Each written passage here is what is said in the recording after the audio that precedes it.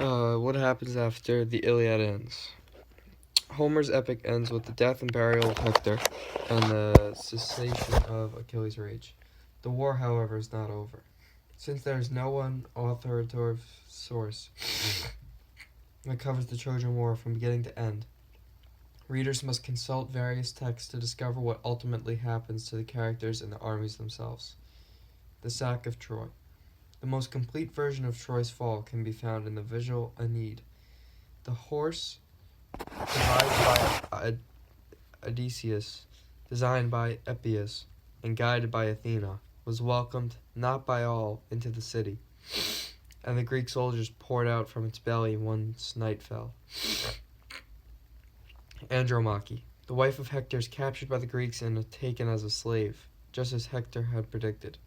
Achilles' son Neoptolemus takes her as his concubine. Astyanax. During the siege, Hector's son is thrown from the city walls by Neoptolemus.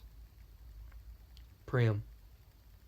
The great king of Troy is slaughtered unmercifully by Neoptolemus.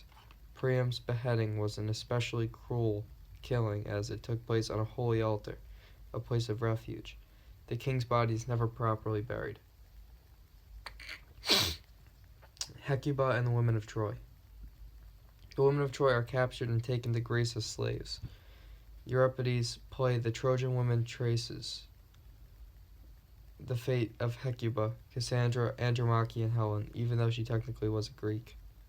Cassandra, Hector's sister, the prophetess, who is destined never to be believed, is taken as a slave by Agamemnon and is forced to sail with him to Mycenae.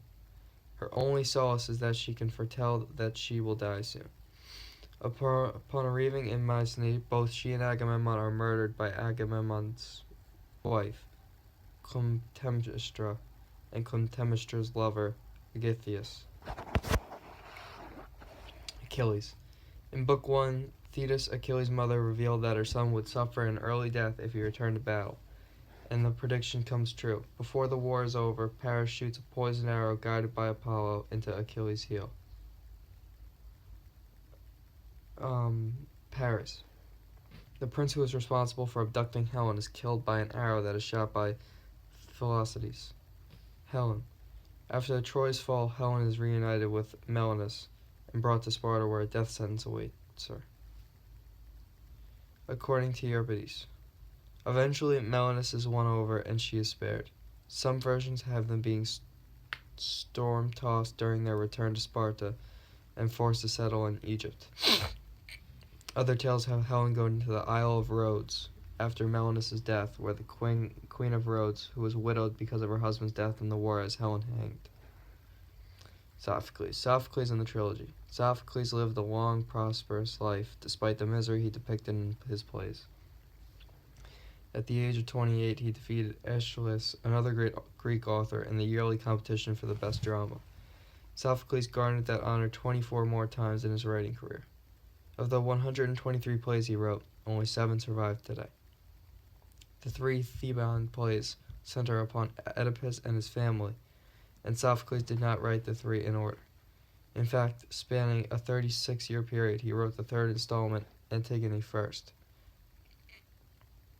Sophocles then wrote Oedipus Rex next, and then penned his final tragedy, Oedipus at Colonus, which actually is the middle work in the trilogy.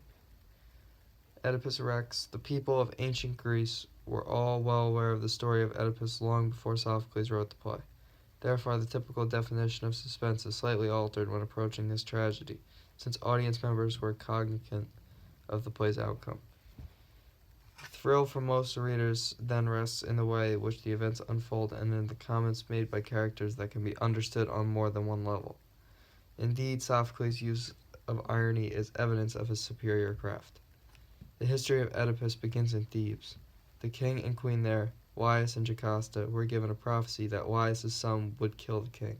Therefore, when a baby is born, Laius orders servants to dispose of the child in order to avert the prophecy. As far as the 2 royals know, the boy was sent to his death.